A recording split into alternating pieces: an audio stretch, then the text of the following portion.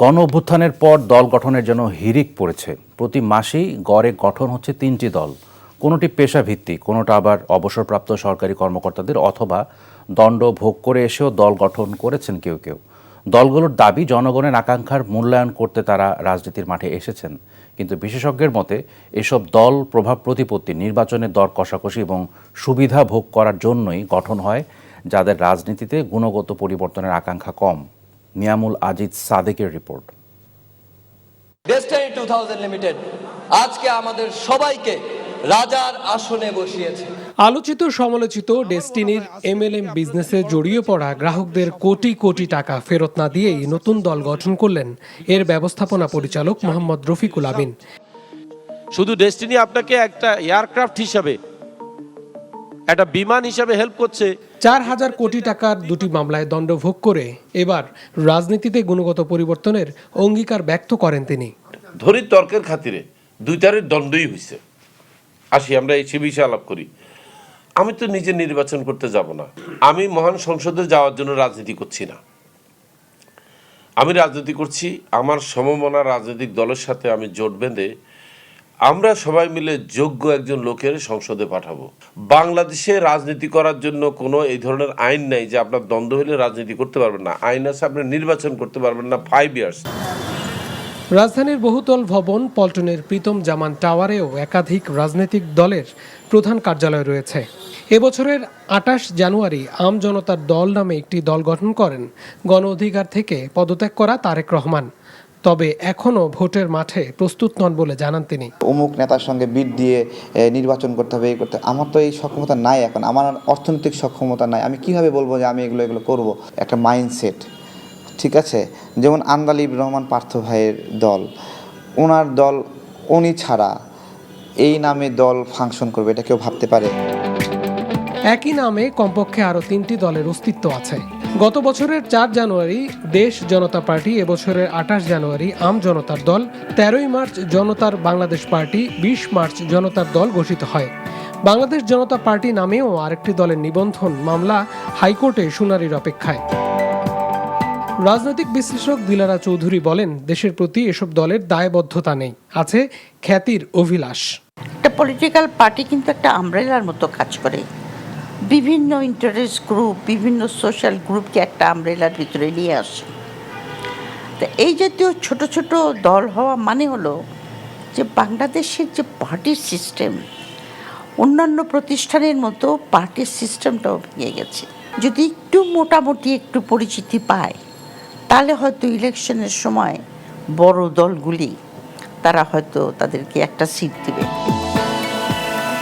গত বছরের আগস্টে নিউক্লিয়াস পার্টি, সমতা পার্টি সেপ্টেম্বরে, নভেম্বরে সংস্কারবাদী ও গণতান্ত্রিক পার্টি মুক্তির ডাক, ডিসেম্বরে বিপ্লবী পরিষদ গঠিত হয়।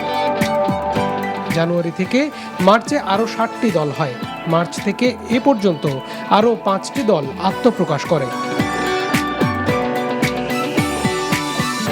Niamul Aziz Sadek, NTV news, Dhaka.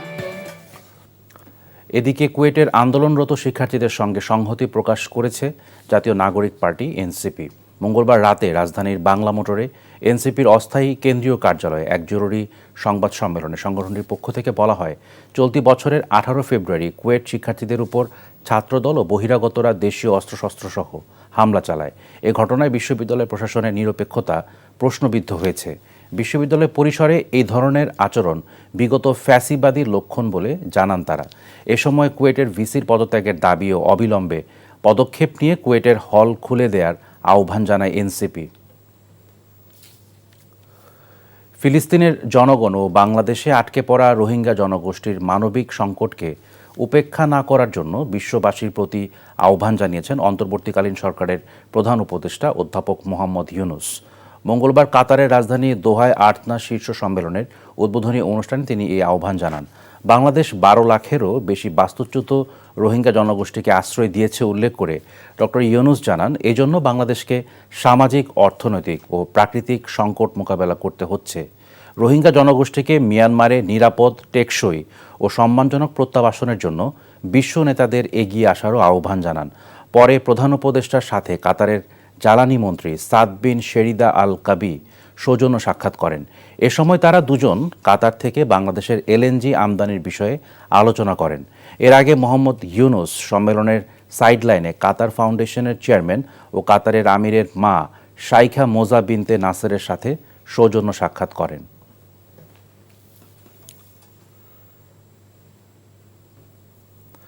পাঁচ সংস্কার কমিশনের 691টি প্রস্তাবের মধ্যে 5 শতাধিক প্রস্তাবে একমত পোষণ করেছে বিএনপি, আর আপত্তি দিয়েছে 73টিতে। তবে বিএনপি জানিয়েছে প্রধানমন্ত্রীর মেয়াদ নিয়ে এখনও চূড়ান্ত সিদ্ধান্ত হয়নি, ভিন্ন প্রস্তাব দিতে পারে কমিশন। আর সংস্কার প্রস্তাবের গুরুত্বপূর্ণ বিষয়গুলোতে বিএনপির অবস্থান কাছাকাছি। জ্যেষ্ঠতার ভিত্তিতে নয়, প্রবীণতম 3 সদস্যের প্যানেল থেকে প্রধান বিচারপতি নিয়োগের সুপারিশ করেছে দলটি। প্রধানমন্ত্রীর সাথে আলোচনা না করে রাষ্ট্রপতির সিদ্ধান্ত নেবার বিষয়টি আলোচনার পর ঠিক করার সিদ্ধান্ত তাদের। ইফতেখার রেজার রিপোর্ট। 5 সংস্কার কমিশনের দেয়া প্রস্তাবগুলো নিয়ে মঙ্গলবার তৃতীয় দিনের মতো ঐকমত্য কমিশনের সাথে বৈঠকে বসে বিএনপি, যেখানে 691টি প্রস্তাবের বিপরীতে দলটি একমত 500-র বেশি প্রস্তাবে, দ্বিমত 73টিতে। আলোচনায় জ্যেষ্ঠ একজন নয়, প্রবীণ 3 সদস্যের প্যানেল থেকে যোগ্য একজনকে প্রধান বিচারপতি নিয়োগের পক্ষে বিএনপি।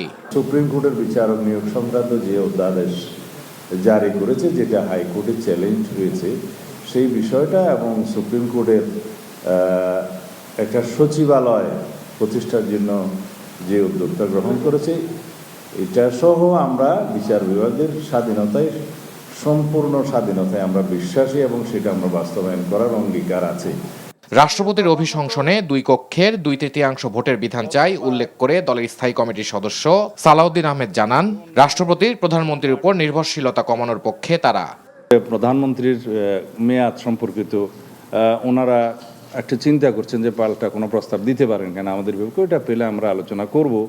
তারপরে একই ব্যক্তি প্রধানমন্ত্রী, হাউস অব দি লিডার এবং পার্টির চিফ হতে পারবে না, সেই বিষয়ে আমরা আপনাদের সাথে যথেষ্ট আলাপ আলোচনা করেছি। আর দ্বিকক্ষ বিশিষ্ট সংসদ এবং অবাধ সুষ্ঠু নির্বাচনের জন্য তত্ত্বাবধায়ক সরকারের পক্ষে বিএনপি। তবে জরুরি অবস্থা জারির প্রশ্নে জাতীয় সাংবিধানিক কাউন্সিলকে জড়িত রাখতে চায় না বিএনপি। সংসদের উচ্চকক্ষ প্রতিষ্ঠিত হলে সেখানে 100 সদস্যের বিষয়ে ওনারাও একমত, আমরাও একমত। নারীর আসন যেটা হবে 100, সেখানে আমাদেরই প্রস্তাব 50 থেকে 100 করে, সেখানে ওনারাও একমত, আমরাও একমত। বাট এই 2 ক্ষেত্রে নির্বাচন প্রক্রিয়া নিয়ে আমাদের সাথে ওনাদের একটু ভিন্ন। সংসদকে 2 কক্ষে ভাগ করে উচ্চকক্ষের নাম সিনেট ও নিম্নকক্ষের নাম পার্লামেন্ট করার পক্ষে মত দিয়েছে দলটি। Iftekhar Reza, NTV news, Dhaka. চারদিকে এখন অদৃশ্য শত্রু, এদের বিরুদ্ধে যুদ্ধ করতে হলে যে কোনো মূল্যে ঐক্য ধরে রাখতে হবে। 31 দফা রাষ্ট্র সংস্কার সংক্রান্ত কর্মশালায় মঙ্গলবার নেতাকর্মীদের উদ্দেশ্যে ভার্চুয়ালি দেয়া বক্তব্যে এমন বার্তা দিয়েছেন বিএনপির ভারপ্রাপ্ত চেয়ারম্যান তারেক রহমান। বলেন, দিন শেষে জনগণের কাছেই সবাইকে পরীক্ষা দিতে হবে, কারণ জনগণই বড় পরীক্ষক। হাসান মাহমুদের রিপোর্ট। 31 দফা রাষ্ট্র সংস্কার বাস্তবায়নের লক্ষ্যে উত্তরাঞ্চলের 3 জেলা লালমনিরহাট, গাইবান্ধা এবং কুড়িগ্রামে দিনব্যাপী প্রশিক্ষণ কর্মশালার আয়োজন করে বিএনপির প্রশিক্ষণ বিভাগ। লালমনিরহাট জেলা পরিষদ অডিটোরিয়াম, কুড়িগ্রামের আলমাস কমিউনিটি সেন্টার এবং গাইবান্ধা জেলা স্টেডিয়াম মিলনায়তনে পৃথক কর্মশালায় অংশ নেন রংপুর বিভাগের এই 3 জেলার বিএনপি নেতারা। লন্ডন থেকে অনলাইনে যুক্ত হয়ে নেতাদের বিভিন্ন প্রশ্নের জবাব দেন তারেক রহমান। সমাপনী বক্তব্যে তিনি বলেন, ফ্যাসিবাদ পালিয়ে গেলেও তাদের অদৃশ্য দোসররা এখনো রয়ে গেছে। এখনো কিন্তু অনেক পরিশ্রম করতে হবে, আমাদেরকে অদৃশ্য শক্তির বিরুদ্ধে যুদ্ধ করতে হবে। বুঝেছেন কেন 8 মাস আগে আমি কথাটাই বলেছিলাম, আজ সেটি প্রমাণিত হচ্ছে সত্য। কাজে সেই অদৃশ্য অনেক শক্তি কিন্তু, অদৃশ্য অনেক শত্রু বা প্রতিপক্ষ কিন্তু আজ আস্তে আস্তে দৃশ্যমান হচ্ছে। ভিতরে কেউ যদি কিছু কিছু কাজ করে থাকে যেগুলো জনসমর্থন যোগ্য নয়, তাহলে তাদের বিরুদ্ধে ব্যবস্থা নিতে হবে, তাদেরকে সরিয়ে দিতে হবে, তাদের সাথে সম্পর্ক রাখা যাবে না।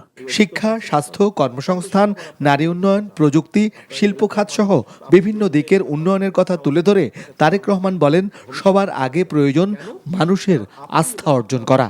আপনার যে প্রিয় দল বাংলাদেশ জাতীয়তাবাদী দল, এর উপরে মানুষ আস্থা রাখে, বিশ্বাস রাখে। কাজে মানুষের এই আস্থা বা বিশ্বাসকে কোনোভাবেই আমরা নষ্ট হতে দিতে পারি না। সেই জনগণের কাছে আমাদেরকে পরীক্ষা দিতে হবে তাদের জন্য ভালো কিছু করার মাধ্যমে, পরীক্ষা দিতে হবে দেশের জন্য ভালো কিছু করার মাধ্যমে, পরীক্ষা দিতে হবে তাদের জন্য, তাদেরকে ঐক্যবদ্ধ করে ভালো কিছু অর্জন করার মাধ্যমে। দলের ভেতরের ঐক্যকে সুদৃঢ় করতে সবার প্রতি আহ্বান জানান বিএনপির ভারপ্রাপ্ত চেয়ারম্যান। যা কিছু করা প্রয়োজন আমরা হাসান মাহমুদ, এনটিভি নিউজ, ঢাকা। পুলিশের সাবেক মহাপরিদর্শক বেনজির আহমেদের বিরুদ্ধে রেড নোটিশ জারি করেছে আন্তর্জাতিক পুলিশ সংস্থা ইন্টারপোল। মঙ্গলবার পুলিশ সদর দপ্তর থেকে খবর জানানো হয়। তবে ইন্টারপোলের ওয়েবসাইটে বেনজির আহমেদের ছবি ও তথ্য মোস্ট ওয়ান্টেড তালিকায় দেখা যায়নি। জুলাই গণ অভ্যুত্থানে শেখ হাসিনা সহ 12 জনের বিরুদ্ধে রেড নোটিশ জারির আবেদন করা হয়। বিদেশে পলাতক ওই ব্যক্তিদের বিরুদ্ধে রেড নোটিশ জারি করতে ইন্টারপোলের কাছে পৃথক 3টি ধাপে আবেদন করে বাংলাদেশ পুলিশের ন্যাশনাল সেন্ট্রাল ব্যুরো। গত 4 মে সপরিবারে দেশ ছাড়েন বেনজির। 2022 সালের সেপ্টেম্বর পর্যন্ত তিনি পুলিশের মহাপরিদর্শক ছিলেন। তার বিরুদ্ধে হত্যা, গণহত্যা, গুমসহ অসংখ্য অভিযোগে মামলা রয়েছে। শেখ হাসিনা এবং তার ভাগ্নি টিউলিপ সিদ্দিককে দেশে আনার প্রক্রিয়া শুরু হয়েছে বলে জানিয়েছেন দুদক কমিশনার অবসরপ্রাপ্ত ব্রিগেডিয়ার জেনারেল হাফিজ আহসান ফরিদ। রাজধানী দুদক কার্যালয়ে তিনি বলেন, ব্রিটিশ প্রতিমন্ত্রী টিউলিপ সিদ্দিককে বাংলাদেশের নাগরিক হিসেবে বিচারের মুখোমুখি করা হবে। অন্যদিকে ব্রিফিংয়ে দুদক মহাপরিচালক জানান 130 কোটি টাকার সন্দেহজনক লেনদেন ও 18 কোটি টাকার অবৈধ সম্পদ অর্জনের অভিযোগে রাজশাহী সিটি কর্পোরেশনের মেয়র AHM খায়রুজ্জামান, তার স্ত্রী ও কন্যার বিরুদ্ধে মামলা করা হয়েছে। অপরাধীরা যে দেশেই অবস্থান করুক, আইন অনুসারে দুদক তদন্ত কাজ চালিয়ে যাবে বলে জানান তিনি। বিদেশে থাকুন আর দেশে থাকুন, আমাদের যে অনুসন্ধানের ক্ষেত্রে কিংবা তদন্তের ক্ষেত্রে সুনির্দিষ্ট বিধিমালা রয়েছে, আইন রয়েছে, ফৌজদারি কার্যবিধি রয়েছে। সেই সব আইন অনুসরণ করে অনুসন্ধান এবং তদন্ত কার্যক্রম চলমান থাকবে। পুলিশের কোনো সদস্য সাদা পোশাকে আসামি ধরতে পারবেন না বলে জানিয়েছেন স্বরাষ্ট্র উপদেষ্টা জাহাঙ্গীর আলম চৌধুরী। একই সাথে তিনি বলেছেন, পুলিশের তেলবাজি ব্যবস্থা ফেরানোর চেষ্টা হচ্ছে, এটা বন্ধ করতে হবে। মঙ্গলবার বিকেলে যশোর জেলার সরকারি বিভিন্ন দপ্তর ও সংস্থার কর্মকর্তাদের সঙ্গে জেলার প্রশাসকের সম্মেলন কক্ষে মত বিনিময় সভায় একথা বলেন স্বরাষ্ট্র উপদেষ্টা। তিনি আরও বলেন, পুলিশের নিয়োগ বাণিজ্য বন্ধ করা সম্ভব হয়েছে। বদলি বাণিজ্য নিয়ন্ত্রণে আসলেও তদবির প্রথা বন্ধ হয়নি। মব জাস্টিস সহ্য করা যাবে না বলে নির্দেশনা দেন। জানান, গণ অভ্যুত্থানের সময় বিভিন্ন থানা থেকে যেসব অস্ত্র লুট হয়েছে তার সব এখনও উদ্ধার হয়নি। দ্রুত এসব অস্ত্র উদ্ধারের কথা জানান স্বরাষ্ট্র উপদেষ্টা।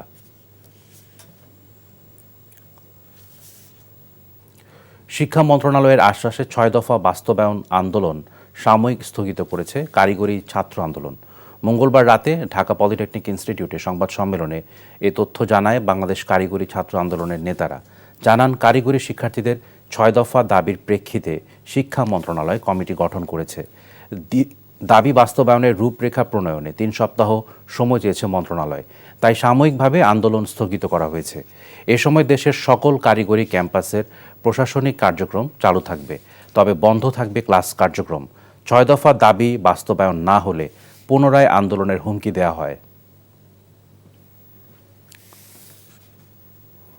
আইন উপদেষ্টা ডক্টর আসিফ নজরুল বলেছেন, দেশে সংগঠিত অপরাধগুলোর মধ্যে গুমকে সর্বোচ্চ অগ্রাধিকার দিয়ে নতুন গুম প্রতিরোধ ও প্রতিকার অধ্যাদেশ করতে চায় সরকার। মঙ্গলবার প্রস্তাবিত গুম আইনের উপর মত বিনিময় সভায় একথা বলেন তিনি। প্রস্তাবিত আইনের বিষয়ে মতামত তুলে ধরেন মানবাধিকার কর্মী ও আইন বিশেষজ্ঞরা। তামজিদ সুমনের রিপোর্ট। প্রস্তাবিত গুম প্রতিরোধ ও প্রতিকার অধ্যাদেশ 2025 নিয়ে মতবিনিময়ের আয়োজন করে আইন মন্ত্রণালয়, যেখানে প্রস্তাবিত গুম আইনের খসড়া তুলে ধরা হয়। নতুন এই আইনে আরও কি সংযোজন হতে পারে অথবা এই আইনের খসড়ায় যেসব ব্যত্যয় রয়েছে তা নিয়ে মতবিনিময় করেন সংশ্লিষ্টরা। ক্ষতিপূরণের একটা মানদণ্ড, মানে এখানে কোনো কিছু বলা হয়নি, ন্যূনতম কি হতে পারে, বড়জোর কি হতে পারে, জরিমানা। ট্রাইব্যুনাল এস্টাবলিশ না হওয়া পর্যন্ত যারা জজ আদালত করবে সেটার কিন্তু আপনার অ্যাপেলেট ফর্ম হলো হাইকোর্ট ডিভিশন এবং ডেথ রেফারেন্স হলো হাইকোর্ট ডিভিশন, ঠিক আছে, এরপরে যাবে অ্যাপেলেট ডিভিশনে, তাই না? সামনে তার দুটা ফর্ম থাকলো, আর যারা আইসিটিতে হচ্ছে ওদের ফর্ম কিন্তু একটা, শুধু অ্যাপেলেট ডিভিশনে। সুতরাং এই একটা ডিসক্রিপেন্সি হয়ে যাচ্ছে। গুম ব্যক্তির উত্তরাধিকারের সম্পদ ভোগ করার বিষয়ে আইনে সুস্পষ্ট ধারা রাখা এবং গুম অবস্থায় গুম হওয়া ব্যক্তির মৃত্যুর বিষয়টি কোন আইনে পড়বে সেসব বিষয় উঠে এসেছে মতবিনিময় সভায়। গুম হওয়ার পরে তার মৃত্যু হয়েছে কি হয়নি সেটা আপনি কিভাবে জানবেন? আপনার 10 বছর, 15 বছর, 20 বছর তার ডেড বডির কোনো হদিস না। এই জায়গাটা একটু ক্লারিফাই যদি করে দেন খুব ভালো হয়।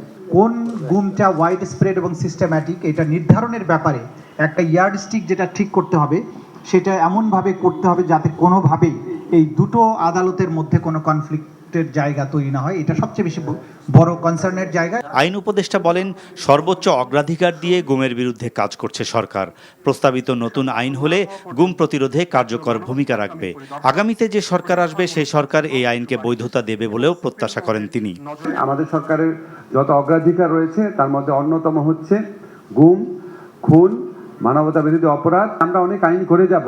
পরবর্তী যে সরকার আসবে সে কমপক্ষে 1000 মানুষের রক্তের উপরে গঠিত একটা ফ্রেমওয়ার্কের মধ্যে দিয়ে আসবে। এত বড় একটা লিগেসি বহন করার পর আমাদের পরবর্তী সরকার আমাদের সমস্ত সংস্কার ভুলে যাবে, এটা আমি কল্পনাও করতে চাই না। এদিকে মতবিনিময় সভায় প্রস্তাবিত গুম প্রতিরোধ ও প্রতিকার অধ্যাদেশে মৃত্যুদণ্ডের বিধান না রাখতে পরামর্শ উঠে এসেছে। Tamjid Suman, NTV news, Dhaka. প্রধান উপদেষ্টা ডক্টর মোহাম্মদ ইউনূস বিশ্বব্যাপী বিনিয়োগকারীদের বাংলাদেশে বিনিয়োগের আহ্বান জানিয়ে বলেছেন, এদেশে প্রচুর ব্যবসায়িক সম্ভাবনা রয়েছে। দোহায় স্থানীয় সময় মঙ্গলবার সন্ধ্যায় আর্থনা শীর্ষ সম্মেলনের ফাঁকে বেসরকারি ব্যবসায়িক সংবর্ধনা অনুষ্ঠানে তিনি আহ্বান জানান। বলেন, বাংলাদেশে অর্থনীতির দিক থেকে প্রচুর সম্ভাবনাময় দেশ। বিদেশি উদ্যোক্তাদের বাংলাদেশে তাদের কারখানা স্থানান্তরের আহ্বান জানিয়ে প্রধান উপদেষ্টা অন্তর্বর্তীকালীন সরকারের পক্ষ থেকে সর্বাত্মক সহযোগিতার আশ্বাস দেন।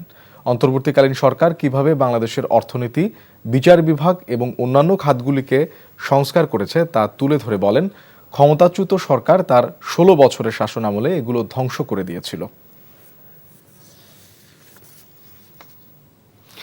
2 ম্যাচ নিষিদ্ধ থাকার পরও নিয়ম পরিবর্তন করে তাওহিদ হৃদয়কে খেলানো বিসিবি থেকে পদত্যাগ করতে চান আইসিসিতে বাংলাদেশের একমাত্র এলিট আম্পায়ার শরীফুদ্দৌলা ইবনে শহীদ। চলতি ঢাকা লিগে সৈকতের সঙ্গে তর্কে জড়িয়ে 1 ম্যাচের জন্য নিষিদ্ধ হয়েছিলেন মোহামেডানের ব্যাটার তাওহিদ হৃদয়। পরে গণমাধ্যমের সামনে আম্পায়ারদের নিয়ে আক্রমণাত্মক মন্তব্য করায় তাকে 4টি ডিমেরিট পয়েন্ট দেওয়ার পাশাপাশি 2 ম্যাচের নিষেধাজ্ঞা দেওয়া হয়। কিন্তু 1 ম্যাচ পরেই অগ্রণী ব্যাংকের বিপক্ষে ম্যাচ খেলেন হৃদয়। জানা গেছে, মোহামেডানের জন্য পরিবর্তন করে ফেলা হয় বাইলজ। সূত্র মতে হৃদয় শাস্তি কমানোর সিদ্ধান্তে ক্ষুব্ধ হয়েই শরীফুদ্দৌলা বিসিবির চাকরি ছেড়ে দিতে চাইছেন। শাস্তি যে প্রক্রিয়ায় কমানো হয়েছে তা সঠিক নয় এবং আম্পায়ার হিসাবে এতে তার মর্যাদা ক্ষুণ্ণ হয়েছে বলেও মনে করেন তিনি। চলমান বিতর্ক নিয়ে আজ বিকেলে জরুরি সভা ডাকা হয়েছে। প্রধান উপদেষ্টা অধ্যাপক ডক্টর মোহাম্মদ ইউনূসের বিরুদ্ধে মানি লন্ডারিং প্রতিরোধ আইনে দায়ের করা মামলার অভিযোগ গঠনের আদেশ ও মামলার কার্যক্রম বাতিল করেছেন আপিল বিভাগ। প্রধান বিচারপতি ডক্টর সৈয়দ রেফাত আহমেদের নেতৃত্বে 4 বিচারপতির বেঞ্চ সর্বসম্মতিক্রমে এ রায় দিয়েছেন। আদালতে রাষ্ট্রপক্ষে ছিলেন attorney general Mohammad Asaduzzaman. Doctor ইউনূসের পক্ষে ব্যারিস্টার আবদুল্লাহ আল মামুন ও দুদকের পক্ষে অ্যাডভোকেট আসিফ হোসাইন উপস্থিত ছিলেন। এর আগে মামলা বাতিল চেয়ে করা আবেদন খারিজ করে হাইকোর্টের দেয়া রায়ের বিরুদ্ধে আপিলের উপর শুনানি শেষে গত 19 মার্চ প্রধান বিচারপতি সৈয়দ রেফাত আহমেদের নেতৃত্বে আপিল বিভাগ রায়ের জন্য 23 এপ্রিল দিন ধার্য করেন। 2024 সালের 21 অক্টোবর আপিলের অনুমতি দিয়েছিলেন আপিল বিভাগ। দুদকের উপপরিচালক গুলশান আনোয়ার বাদী হয়ে 2023 সালের 30 মে মামলাটি দায়ের করেন।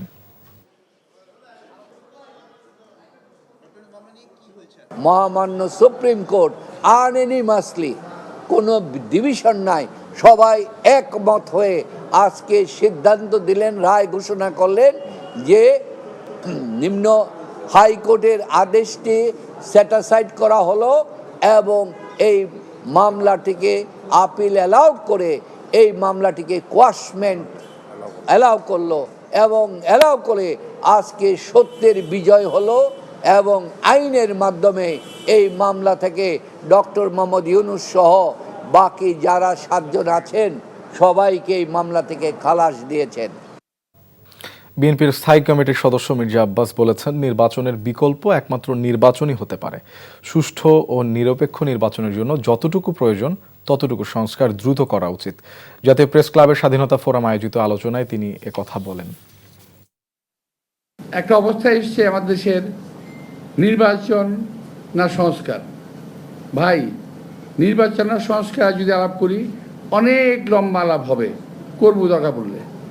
কিন্তু ছোট্ট একটা কথা কি জানেন, নির্বাচনের বিকল্প শুধুমাত্র নির্বাচনই হতে পারে, অন্য কোনো কিছু হতে পারে না। নির্বাচনের বিকল্প নির্বাচন। এখন আমি বুঝি না, আর আমি কথা বললেই তো বলবো যে মেরি আব্বাস তো সংস্কারের বিরুদ্ধে কথা কয়, সংস্কার চায় না। আরে ভাই না, আমাদের জন্য, নির্বাচনের জন্য, দেশের জন্য, দেশের মানুষের জন্য যেই সংস্কারটুকুর প্রয়োজন আমরা সেই সংস্কারটা চাই।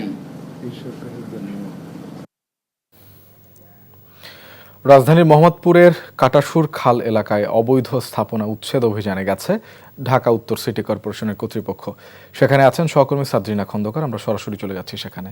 সাদরিনা, আমরা যেমনটি শুনছিলাম যে মোহাম্মদপুরে অবৈধ স্থাপনা উচ্ছেদ অভিযান করছে ঢাকা উত্তর সিটি কর্পোরেশন, সেখানকার সবশেষ কি তথ্য রয়েছে আপনার কাছে?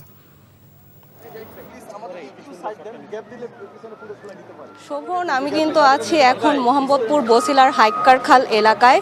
এখানে কিন্তু ইতোমধ্যেই শুরু হয়ে গেছে যে যারা খাল দখল করে অবৈধ স্থাপনা এবং বাড়িঘর করেছে তাদের বাড়িঘর ভাঙার কাজের জন্য কিন্তু ভেকু নিয়ে আসা হয়েছে, বুলডোজার নিয়ে আসা হয়েছে এবং উত্তর সিটি কর্পোরেশনের থেকে জানানো হয়েছে যে এবার সরকার থেকে উদ্যোগ নেওয়া হয়েছে যে সরকারি যে খাল এবং সরকারি জায়গা দখল করে যে অবৈধ স্থাপনাগুলো হয়েছে, মোহাম্মদ এজাজ জানান, উত্তর সিটি কর্পোরেশনের পরিচালক, যে এখানে অবৈধ স্থাপনার ক্ষেত্রে কিন্তু কাউকে এক চুলো ছাড় দেওয়া হবে না এবং তারা খতিয়ে দেখছে যে কারা কারা এগুলা অবৈধ স্থাপনায় রয়েছে এবং তাদেরকে নোটিশের মাধ্যমে আগে থেকে জানানো হয়েছে। জানানো হওয়ার মাধ্যমে কিন্তু আজকে 3 দিন আগে তাদের নোটিশ দেওয়া হয়েছে। আজকে এখানে হাইক্কার খাল এই জায়গায় যে 2টা অবৈধ স্থাপনা রয়েছে, 2টা বাড়ি রয়েছে, সেখানে কিন্তু তারা বাড়ি ভাঙার জন্য নিয়ে এসেছে। এখানে আইন শৃঙ্খলা কর্তৃপক্ষ, সেনাবাহিনী সবাই কিন্তু উপস্থিত রয়েছে। কিন্তু অভিযুক্তরা বলছে যে তাদেরকে যে 3 দিন আগে নোটিশ দেওয়া হয়েছিল সেই নোটিশ শুধু দেয়ালে এখানে দিয়ে দেওয়া হয়েছে, এখানে কর্তৃপক্ষের যে স্বাক্ষর সেটা দেওয়া হয়নি এবং তারা এও বলছে যে তারা হাইকোর্টের কাছে স্টে অর্ডার সেটার জন্য অ্যাপ্লিকেশনও করেছিল এবং উত্তর সিটি কর্পোরেশন ওনাদের সাথে যোগাযোগ করার চেষ্টা করলেও তাদের সাথে দেখা হয়নি এবং যোগাযোগ করতে পারেননি তারা। তাদের অভিযোগ যে তাদের জমি পুরোপুরিভাবে এটা অ্যানালাইসিস না করে এবং ডিজিটালি না মেপেই তারা এখানে এসেছে, কিন্তু সরকার বলছে যে তারা সঠিকভাবে তদন্ত করেই দেখেছে যে এখানে যে 2টা বাড়ি রয়েছে এটা কিন্তু সরকারি জমি, যে খালের অংশটা রয়েছে সেই অংশের মধ্যে স্থাপনাটা রয়েছে। এজন্যই তারা ইতোমধ্যে সকাল থেকে কিন্তু এটা নিয়ে বেশ তোড়জোড় চলছিল এবং এখন এই মুহূর্তে কিন্তু এটা ভাঙার কাজ চলছে। সাদরিনা, আপনাকে ধন্যবাদ। দর্শক, আমরা জানছিলাম ডিএনসিসির উচ্ছেদ অভিযানের খবর। প্রধান উপদেষ্টা অধ্যাপক ডক্টর মোহাম্মদ ইউনূসের বিরুদ্ধে মানি লন্ডারিং প্রতিরোধ আইনে দায়ের করা মামলায় অভিযোগ গঠনের আদেশ এবং মামলার কার্যক্রম বাতিল করেছেন আপিল বিভাগ। প্রধান বিচারপতি ডক্টর সৈয়দ রেফাত আহমেদের নেতৃত্বে 4 বিচারপতির বেঞ্চ সর্বসম্মতিতে এই রায় দিয়েছেন। আদালতের রাষ্ট্রপক্ষে ছিলেন attorney general Mohammad Asaduzzaman. Doctor ইউনূসের পক্ষে ব্যারিস্টার আব্দুল্লাহ আল মামুন এবং দুদকের পক্ষে অ্যাডভোকেট আসিফ হোসাইন উপস্থিত ছিলেন। এর আগে মামলা বাতিল চেয়ে করা আবেদন খারিজ করে হাইকোর্টের দেয়া রায়ের বিরুদ্ধে আপিলের উপর শুনানি শেষে গত 19 মার্চ প্রধান বিচারপতি সৈয়দ রেফাত আহমেদের নেতৃত্বে আপিল বিভাগ রায়ের জন্য 23 এপ্রিল দিন ধার্য করেন। 2024 সালের 21 অক্টোবর আপিলের অনুমতি দিয়েছিলেন আপিল বিভাগ। দুদকের উপপরিচালক গুলশান আনোয়ার বাদী হয়ে 2023 সালের 30 মে মামলাটি দায়ের করেন। মহামান্য সুপ্রিম কোর্ট আনএনিমাসলি কোনো ডিভিশন নাই, সবাই একমত হয়ে আজকে সিদ্ধান্ত দিলেন, রায় ঘোষণা করলেন যে নিম্ন হাইকোর্টের আদেশটি স্যাটিসফাইড করা হলো এবং এই মামলাটিকে আপিল অ্যালাউড করে এই মামলাটিকে কোয়াশমেন্ট অ্যালাউ করলো এবং অ্যালাউ করে আজকে সত্যের বিজয় হলো এবং আইনের মাধ্যমে এই মামলা থেকে ডক্টর মোহাম্মদ ইউনূস সহ বাকি যারা 7 জন আছেন সবাইকে এই মামলা থেকে খালাস দিয়েছেন। দর্শক, কুয়েট ক্যাম্পাসে আছেন সিনিয়র করেসপন্ডেন্ট মোহাম্মদ আবু তৈয়ব। আমরা সরাসরি তার সাথে যুক্ত হচ্ছি। তৈয়ব, সংকট সমাধানে আমরা জানি যে সিন্ডিকেট জরুরি বৈঠকে বসেছে, এই আলোচনার কিছু জানতে পেরেছেন কি?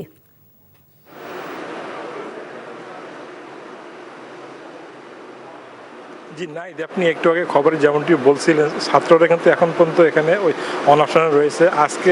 আজকে মোট 4 জন শিক্ষার্থী ওই অসুস্থ হয়ে এখানকার মেডিকেল সেন্টারে এবং সিটি মেডিকেলে গেছে। আর ওই শিক্ষা ওই শিক্ষার্থীদের একটু আগে এখানকার শিক্ষকরা তাদেরকে একটি ওই রুমের ভিতরে নিয়ে গেছেন, আর এখানে বেশ কয়েকজন আছে। আর আপনি যেটা বলছিলেন সিন্ডিকেটের সবাই একটু আগে শেষ হয়েছে, তবে এখন পর্যন্ত কোনো সিদ্ধান্ত আমরা জানতে পারি নাই। কুয়েটের ওই জনসংযোগ কর্মকর্তা মোহাম্মদ আবু সাইদ আমাদেরকে জানিয়েছেন, সাইদুজ্জামানকে জানিয়েছেন যে সিদ্ধান্ত একটু পরে আসলে উনি আমাদেরকে ওই ইমেল বার্তা জানিয়ে দেবেন। আর সর্বশেষ অবস্থা শিক্ষার্থীদের সাথে আমি যেটা আলাপ করে জেনেছি, তারা 1 দফার দাবিতে এখন পর্যন্ত অনড় আছেন। কোনো অবস্থাতেই তারা এক দফা বাস্তবায়ন ছাড়া তারা অনশন ভঙ্গ করবেন না। আপনি জানেন যে বৈশাখে প্রচণ্ড তাপমাত্রা, তার উপরে আরও এই যে এখানে ফ্যান ছাড়া মানে সিলিং ফ্যান নাই। এরা শিক্ষার্থীরা স্বাভাবিকভাবে বেশ ওই অসুস্থ হয়ে পড়ছে, তারা বেশ একটু ওই দুর্বল অবস্থায় আছে এবং তারা বলছে যে তারা যাই হোক তাই 1 দফা বাস্তবায়ন ছাড়া কোনো অবস্থাতেই ফিরে যাবেন। আপনি জানেন গত ওই 18ই ফেব্রুয়ারিতে কুয়েটের যে সহিংস ঘটনা হয় তারপর থেকে এই অবস্থা এবং বেশ কিছুদিন বন্ধ থাকার পরে গত 13ই এপ্রিল থেকে তারা আবার নতুন করে আন্দোলন শুরু হয়েছে। সব মিলে এখন পর্যন্ত কুয়েটের অবস্থা বলা যায় অশান্ত এবং অস্থিতিশীল অবস্থা। সর্বশেষ কি হবে তো এখন পর্যন্ত জানি না। ওই সিন্ডিকেটের ওই মিটিংয়ের সিদ্ধান্ত এলে হয়তো আমরা জানতে পারবো। জি নাহিদ এসেছিল খুলনা থেকে সর্বশেষ। দর্শক, আমরা খুলনা থেকে জানছিলাম কুয়েটের খবর। অপ্রয়োজনীয় সংস্কার দেশের বিপর্যয় ডেকে আনবে উল্লেখ করে বিএনপি স্থায়ী কমিটির সদস্য মির্জা আব্বাস বলেছেন, প্রয়োজনীয় সংস্কারের পক্ষে বিএনপি। সকালে জাতীয় প্রেস ক্লাবে গণতন্ত্র ফোরাম আয়োজিত গণতন্ত্র সংস্কার এবং বাস্তবায়ন শীর্ষক আলোচনা সভায় তিনি এসব কথা বলেন। দ্রুত নির্বাচন আয়োজন নিয়ে আশঙ্কা তৈরি হয়েছে এমন অভিযোগ এনে দেশবিরোধী ষড়যন্ত্র রুখতে নির্বাচনের কোনো বিকল্প নেই বলে জানান মির্জা আব্বাস। ষড়যন্ত্র মোকাবেলায় সব রাজনৈতিক দলকে ঐক্যবদ্ধ থাকার আহ্বান জানান তিনি। সচিবালয়, পুলিশ প্রশাসন আওয়ামী লীগের দোসরদের কবল থেকে এখনো মুক্ত করা যায়নি বলেও অভিযোগ করেন বিএনপির এই নেতা।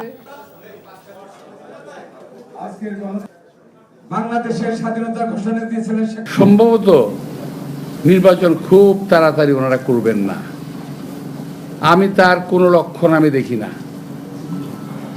কয়েকটা দল যা শুরু করছে, এইটা না হইলে নির্বাচন হবে না, ওইটা না হইলে নির্বাচন হবে না, এইটা না হইলে নির্বাচন হবে না। যদি এগুলো হতে থাকে নির্বাচনে কেমনে হবে ভাই? কেউ কেউ বলেই ফেলেছেন যে আমরা নির্বাচনে যাব না। নাটোরের সিংড়ায় ব্যবসায়ীকে ছুরিকাঘাত করে 5,70,000 টাকা লুটে নেয়ার ঘটনায় 3 কুখ্যাত দুর্বৃত্তকে গ্রেফতার করেছে সেনাবাহিনী। গ্রেফতারকৃতদের বিরুদ্ধে হত্যা, ডাকাতি, রাহাজানি সহ ডজন খানেক মামলা রয়েছে বলে জানায় পুলিশ। 18ই মার্চ সিংড়া উপজেলার কলম বাজারের ব্যবসায়ী নাইস প্রামাণিককে প্রকাশ্যে ছুরিকাঘাত করে 5,70,000 টাকা লুটে নেয় ওই 3 জন। এই ঘটনায় মামলা দায়ের করা হয়। গোপন তথ্যের ভিত্তিতে সেনাবাহিনীর একটি দল গতরাতে কলম এলাকা থেকে আব্দুল করিম, আলমগীর ও রুবেলকে গ্রেফতার করে। আওয়ামী লীগ নেতা ও সাবেক সংসদ সদস্য মোর্শেদ আলমের ছত্রছায়ায় নোয়াখালীর সেনবাগে সন্ত্রাস, চাঁদাবাজি, হত্যা, লুটপাটে জড়িত সকল আসামিদের গ্রেফতারের দাবিতে বিক্ষোভ মিছিল ও মানববন্ধন কর্মসূচি পালিত হয়েছে। মানববন্ধন কর্মসূচি শেষে নাগরিক সমাজের ব্যানারে বিক্ষোভকারীরা সেনবাগ থানা ও উপজেলা পরিষদ ঘেরাও করে। এ সময় বিক্ষোভকারীরা অভিযোগ করেন, আওয়ামী লীগ শাসনের সময় সাবেক সংসদ সদস্য মোর্শেদ আলমের ছত্রছায়ায় বিভিন্ন অপকর্মে জড়িত ছিল সেনবাগের নবীনগর ইউনিয়ন পরিষদের চেয়ারম্যান বেলায়েত হোসেন, সাবেক চেয়ারম্যান আব্দুল ওহাব, কেন্দ্রীয় ছাত্রলীগ নেতা শিহাব উদ্দিন সহ অন্যরা। ইতোমধ্যে মোর্শেদ আলমকে গ্রেফতার করা হলেও অজ্ঞাত কারণে অন্য আসামিদের গ্রেফতার করা হচ্ছে না বলে অভিযোগ করেন তারা। সাভারে সন্ত্রাসী হামলা ও চাঁদাবাজির প্রতিবাদে মানববন্ধন করেছে এলাকাবাসী। সকালে বিরুলিয়া ইউনিয়নের কমলাপুর এলাকায় আয়োজন করা হয় এই মানববন্ধন কর্মসূচির। স্থানীয়রা জানান, একদল সন্ত্রাসী স্থানীয় রেলিক সিটিতে চাঁদা দাবি করে। চাঁদা না পেয়ে ওই সিটির কর্মচারী রুহুল আমিনকে পিটিয়ে আহত করে। পরে তাকে উদ্ধার করে সাভার উপজেলা স্বাস্থ্য কমপ্লেক্সে ভর্তি করা হয়।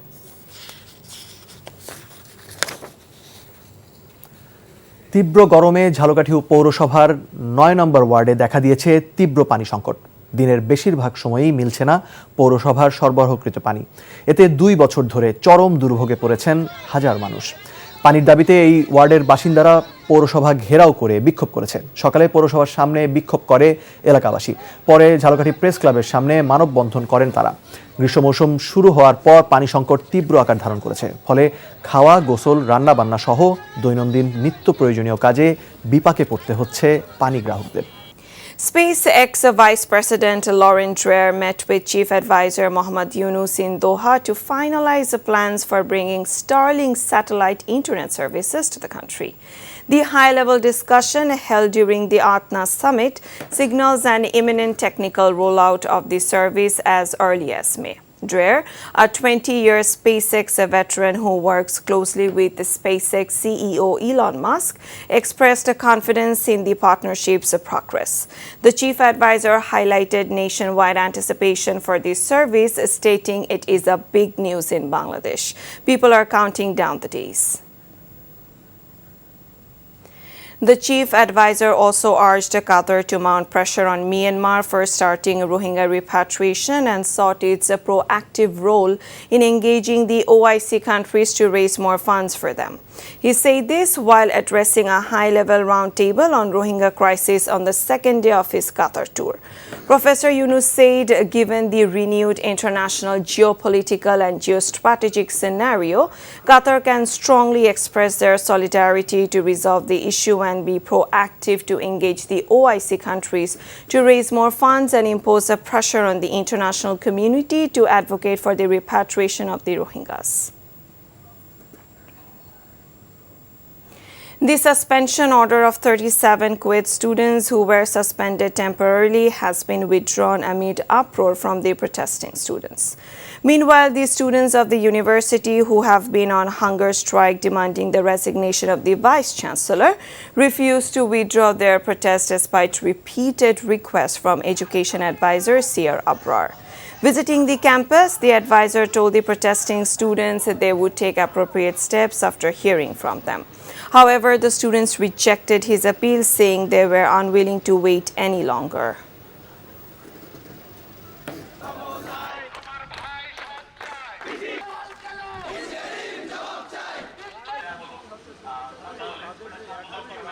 আইনের মধ্যে থেকেই আমাদের যে ইনকোয়ারি কমিটি, অত্যন্ত কম্পিটেন্ট ইনকোয়ারি কমিটি, তারা সেই আইনের মধ্যে থেকেই তারা সুপারিশ করবেন বলে আমরা আশা করছি। যে সিদ্ধান্ত হবে, যে রিকমেন্ডেশন হবে, সেটা আমরা বিবেচনা করে যে সিদ্ধান্ত আমরা নেব সেটা অতি দ্রুত সেই সিদ্ধান্ত আমরা বাস্তবায়ন করব। The Appellate Division has dismissed the Anti-Corruption Commission's money laundering case against Chief Advisor Mohammad Yunus and 6 others, effectively ending all legal proceedings in the matter. The verdict was delivered today by a bench headed by Chief Justice Soed Rifat Ahmed, granting Yunus's appeal to quash the case. The ACC lawyer said the matter in question did not involve embezzlement. The entire amount of money was disbursed properly, and the dispute was civil in nature, not criminal.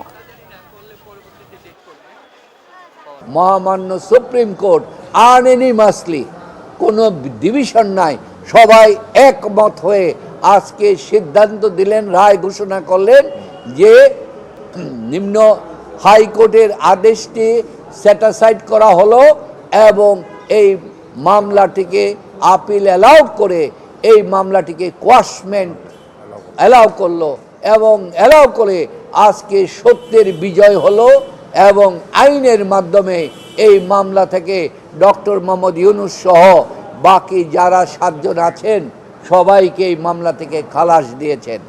Mentioning that BNP supports reforms, the party standing committee member Mirza Abbas has said unnecessary reforms can bring disaster for the country.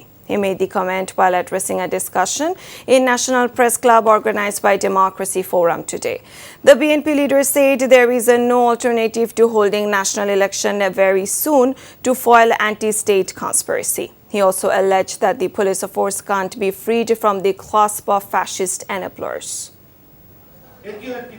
সম্ভবত নির্বাচন খুব তাড়াতাড়ি ওনারা করবেন না, আমি তার কোনো লক্ষণ আমি দেখি না। কয়েকটা দল যা শুরু করছে, এইটা না হইলে নির্বাচন হবে না, ওইটা না হইলে নির্বাচন হবে না, এইটা না হইলে নির্বাচন হবে না। যদি এগুলো হতে থাকে নির্বাচনে কেমনে হবে ভাই? কেউ কেউ বলেই ফেলেছেন যে আমরা নির্বাচনে যাব না। BNP leader Rizvi Ahmed has alleged that the fascist enablers set fire on the house of sculptor Manobendra Ghosh after visiting his house in Manikganj. Rizvi condemns the incident. মানবেন্দ্রকে কিনতে পারেনি ফ্যাসিস্টরা, তাই মানবেন্দ্র তার সকল প্রতিভা দিয়ে সে পহেলা বৈশাখ উদযাপনের কর্মকাণ্ডের সাথে নিয়োজিত ছিল, এই কারণে তাকে টার্গেট করেছে। রোহিঙ্গা সংকট সমস্যার সমাধান না হলে পুরো এ অঞ্চলের নিরাপত্তা স্থিতিশীলতা নষ্ট হবে উল্লেখ করে প্রধান উপদেষ্টা ডক্টর মোহাম্মদ ইউনূস রোহিঙ্গাদের প্রত্যাবাসনে মিয়ানমারকে চাপ দিতে কাতারের সহযোগিতা চেয়েছেন। কাতারের দোহায় কাতার ফাউন্ডেশন আয়োজিত এক বৈঠকে তিনি কথা বলেন। এবছর সেপ্টেম্বরে যুক্তরাষ্ট্রের নিউ ইয়র্কে মিয়ানমারের রোহিঙ্গা মুসলিম ও সংখ্যালঘু ইস্যুতে একটি উচ্চ পর্যায়ের সম্মেলন আয়োজন করবে বাংলাদেশ। সেখানে রোহিঙ্গা প্রত্যাবাসন নিয়ে কাতারের পূর্ণ সহযোগিতা চেয়েছেন ডক্টর ইউনূস। বাংলাদেশ মনে করে রোহিঙ্গাদের দেশে ফিরে যাওয়াই এই সব সমস্যার সবচেয়ে বড় সমাধান। বাংলাদেশ তাদের আঞ্চলিক এবং আন্তর্জাতিক সহযোগীদের সাথে রোহিঙ্গা সংকটের টেকসই সমাধান অর্থাৎ তাদের দেশে ফিরে যাবার বিষয়ে কাজ করছে।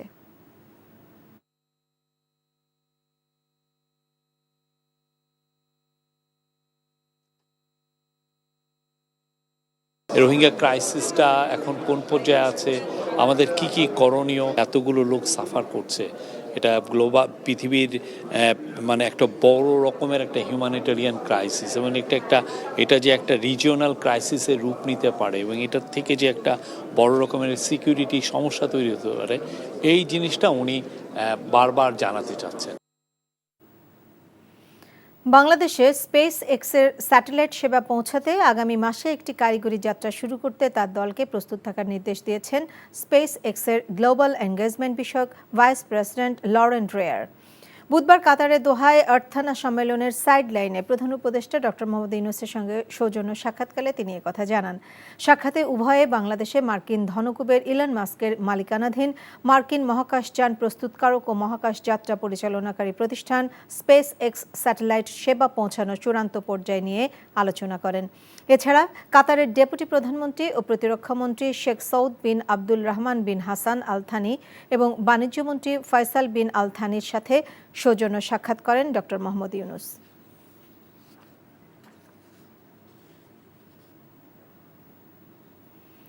প্রধান উপদেষ্টা অধ্যাপক ডক্টর মোহাম্মদ ইউনূসের বিরুদ্ধে মানি লন্ডারিং প্রতিরোধ আইনে দায়ের করা মামলায় অভিযোগ গঠনের আদেশ ও মামলার কার্যক্রম বাতিল করেছে সুপ্রিম কোর্টের আপিল বিভাগ। প্রধান বিচারপতি ডক্টর সৈয়দ রেফাত আহমেদের নেতৃত্বে 4 বিচারপতির বেঞ্চ সর্বসম্মতিক্রমে এ রায় দেন। আদালতে রাষ্ট্রপক্ষে ছিলেন attorney general Mohammad Asaduzzaman. Doctor ইউনূসের পক্ষে ব্যারিস্টার আবদুল্লাহ আল মামুন ও দুদকের পক্ষে অ্যাডভোকেট আসিফ হোসাইন উপস্থিত ছিলেন। এর আগে মামলা বাতিল চেয়ে করা আবেদন খারিজ করে হাইকোর্টের দেয়া রায়ের বিরুদ্ধে আপিলের উপর শুনানি শেষে গত 19শে মার্চ প্রধান বিচারপতি সৈয়দ রেফাত আহমেদের নেতৃত্বে আপিল বিভাগ রায়ের জন্য 23 এপ্রিল দিন ধার্য করেন। 2024 সালের 21শে অক্টোবর আপিলের অনুমতি দিয়েছিলেন আপিল বিভাগ। দুদকের উপপরিচালক গুলশান আনোয়ার বাদী হয়ে 2023 সালে 30 মে মামলাটি দায়ের করেন। হাইকোর্টের আদেশটি স্যাটিসফাইড করা হলো এবং এই মামলাটিকে আপিল অ্যালাউড করে এই মামলাটিকে কোয়াশমেন্ট অ্যালাউ করলো এবং অ্যালাউ করে আজকে সত্যের বিজয় হলো এবং আইনের মাধ্যমে এই মামলা থেকে ডক্টর মোহাম্মদ ইউনূস সহ বাকি যারা 7 জন আছেন সবাইকে এই মামলা থেকে খালাস দিয়েছেন।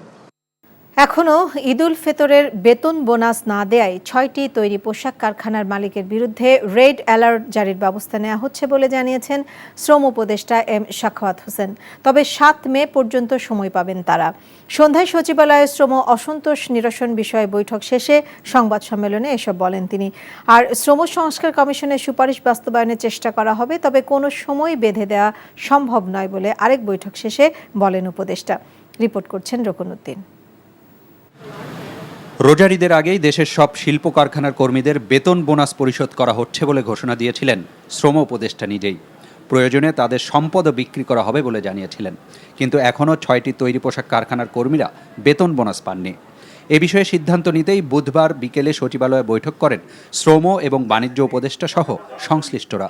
বৈঠকে বাংলাদেশ ব্যাংক বা সরকারের পক্ষ থেকে আর কোনো আর্থিক সহায়তা দেয়া হবে না বলে সিদ্ধান্ত হয়। বেতন ভাতা পরিশোধে সময় বেঁধে দেওয়া হয় 7 মে পর্যন্ত।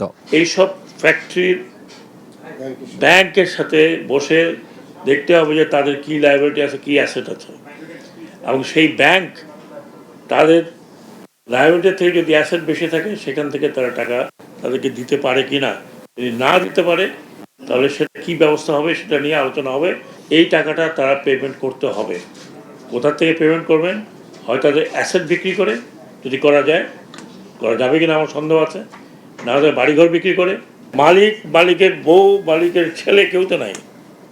আমরা তো সেটা বলে রেড অ্যালার্ট দেওয়ার কথা বলেছি। কাল পরশুর মধ্যে আপনার জানবেন কাতে কাদের নামে রেড অ্যালার্ট দেওয়া হয়েছে। এর আগে শ্রম সংস্কার কমিশনের প্রতিবেদন তুলে দেওয়া হয় উপদেষ্টার কাছে। একজন অতিরিক্ত সচিবের নেতৃত্বে কমিশনের সুপারিশ পর্যালোচনার পর তা যথাসময়ে কার্যকর করতে ব্যবস্থা নেওয়া হবে বলে জানান Sakhawat Hossain. Anything which is feasible বাংলাদেশে, আপনি একটু মনে রাখতে হবে যে আপনি আমাকে রিকমেন্ড করেছেন, কিন্তু আমি ফেস করছি। সো আমাদের আর্থসামাজিক ব্যবস্থা যে অবস্থা এখন এই মুহূর্তে আছে, সেইগুলো লক্ষ্য রেখে কতখানি করা যায়। আমি তো নির্বাচন আলোচনা নিয়ে আই এম নট বদার্ড, ঠিক আছে। I am bothered of my sector. আমার পক্ষে ডিসেম্বর না, পারলে আমি কালকে এটা করবো। So December is not any কি বলে টাইম লাইন ফর। আর দেশের 85% শ্রমিক আইনি সুরক্ষার বাইরে উল্লেখ করে মজুরি কমিশন গঠনের মাধ্যমে ন্যূনতম মজুরির ব্যবস্থা ও 3 বছর পর পর তা পর্যালোচনা সহ বেশ কিছু সুপারিশ করা হয়েছে বলে জানান কমিশন প্রধান। রকনউদ্দিন, এনটিভি নিউজ, ঢাকা। 9 কোটি টাকার বেশি অবৈধ সম্পদ অর্জনের অভিযোগে সাবেক প্রতিমন্ত্রী মাহবুব আলী ও তার স্ত্রীর বিরুদ্ধে পৃথক 2টি মামলা করেছে দুদক। বিকেলে রাজধানীর সেগুনবাগিচায় দুদক কার্যালয়ে সংস্থাটির মহাপরিচালক আক্তার হোসেন এই তথ্য জানান। এর আগে সাংবাদিকদের প্রশ্নের জবাবে দুদক কমিশনার মিয়া মোহাম্মদ আলী আকবর আজিজি অর্থ পাচারকারীদের শয়তানের মতো উল্লেখ করে বলেন, তাদের ধরা কঠিন। দুদক কঠোর অবস্থানে আছে জানিয়ে তিনি আরও বলেন, অর্থ পাচারকারী ধরা পড়লে ছাড় নেই। পাচারকারীকে ধরা বড় মুশকিল। পাচারকারী শয়তানের মতো। শয়তান ওই আপনার শিরায় উপশিরায় যায়, শয়তান দেখা যায় না। শয়তানের কর্মকাণ্ডগুলো মানুষ দুর্ভোগে ভোগ করে। পাচারকারীর জন্য আমরা দুর্ভোগ ভোগ করছি, কিন্তু পাচারকারীকে যদি কোনো না কোনোভাবে আমরা ধরতে পারি, ইনশাল্লাহ আমরা কোনো ছাড় দেব না।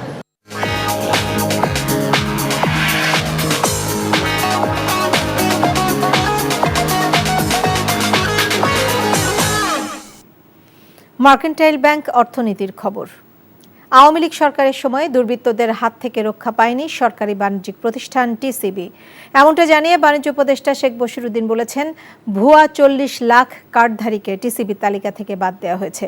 রাজধানীর আর্মি গলফ ক্লাবে টিসিবির কার্যক্রম নিয়ে আয়োজিত এক আলোচনা সভায় তিনি বলেন, ব্যবসায় থেকে শুরু করে 5তলা বাড়ির মালিকের কাছেও টিসিবির কার্ড পাওয়া গেছে। টিসিবির টাকার যৌক্তিক ব্যবহার নিশ্চিত করা হবে উল্লেখ করে উপদেষ্টা জানান, এখন থেকে ভর্তুকি মূল্যে পণ্য পাওয়ার যোগ্য এমন নিম্ন আয়ের পরিবারকেই কার্ড দেওয়া হবে। নিত্যপণ্যের দামে স্বস্তি ফিরিয়ে আনার বিষয়ে তিনি বলেন, বাজারে প্রতিযোগিতা সৃষ্টির পাশাপাশি বেশি সংখ্যক ব্যবসায়ের অংশগ্রহণ বাড়ানো না গেলে সিন্ডিকেট ভাঙা কঠিন। অনুষ্ঠানে টিসিবির chairman brigadier general Mohammad Faisal Azad জানান, আগামীতে চাল, ডাল, তেল ও চিনির সঙ্গে সারা দেশে নিম্ন আয়ের 1 কোটি পরিবারের মাঝে ভর্তুকি মূল্যে ডিম ও সাবান সরবরাহ করবে টিসিবি।